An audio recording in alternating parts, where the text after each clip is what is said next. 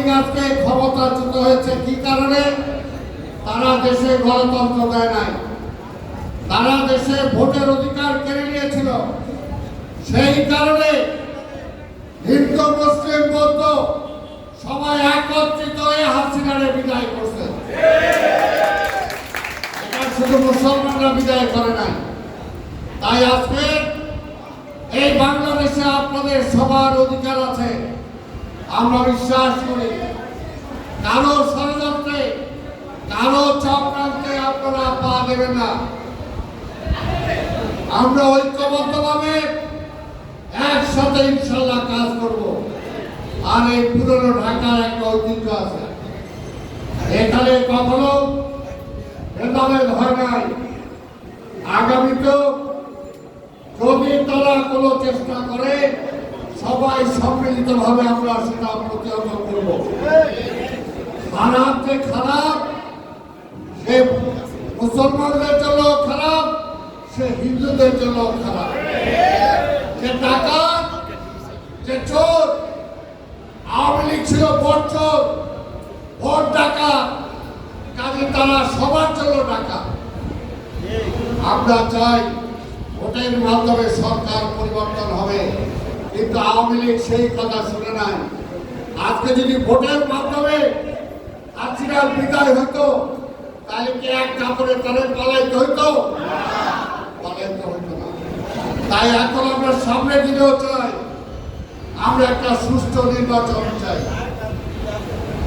তাই মানুষ যাতে ভোট দিতে পারে সেই অধিকারটা আমরা চাই, এবং সেই ভোটে যারা ক্ষমতায় আনবে, আমরা বিশ্বাস করি বিএনপির চেয়ারম্যান দেশনায়ক তারেক রহমান বলেছেন, আমরা আন্দোলনের পরে নির্বাচন, সেই নির্বাচনে যারাই জয়লাভ করে না কেন সবাইকে নিয়ে ঐক্যবদ্ধভাবে সরকার গঠন করব।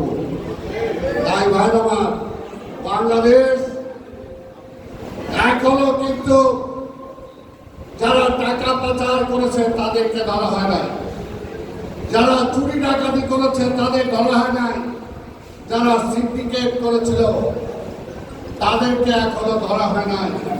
আমরা বিশ্বাস করি সবাইকে ধরে যত দ্রুত সম্ভব একটা নির্বাচন হবে।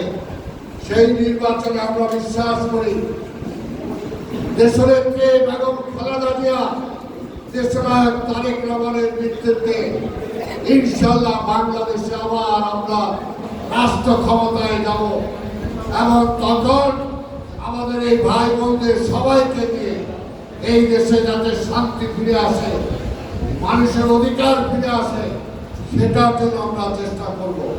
তাই আমি বিএনপি, ছাত্রদল, যুবদল, স্বেচ্ছাসেবক দল, শ্রমিক দল, কৃষক দল, ওলামা দল, তাঁতি দল, জাসাস, মহিলা দল, মুক্তিযোদ্ধা সবাই মিলে আজকে হিন্দু ভাই বোনদের পাশে আপনারা দাঁড়াবেন।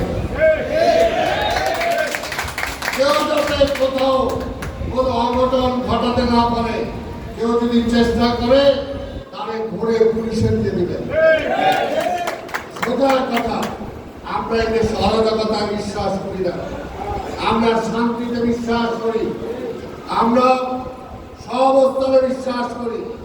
তাই বাংলাদেশে আমাদের যারা আজকে হিন্দু ভাইয়ের বোনরা যারা আছেন, তারা যাতে এই দেশে আমাদের মতো নাগরিক অধিকার আমরা যতটুকু ভোগ করি ততটুকু অধিকার তাদেরও আছে, তারা যাতে সেইভাবে বসবাস করতে পারে। আমি আর বক্তব্য দীর্ঘায়িত না করে আমি আজকে আমার হিন্দু ধর্মাবলম্বী ভাই বোন মুরব্বী যারা আছে তাদেরকে আমি আমাদের নেত্রী বেগম খালেদা জিয়ার পক্ষ থেকে, আমাদের নেতা দেশনায়ক তারেক রহমানের পক্ষ থেকে আপনাদেরকে অগ্রিম শুভেচ্ছা জানাই।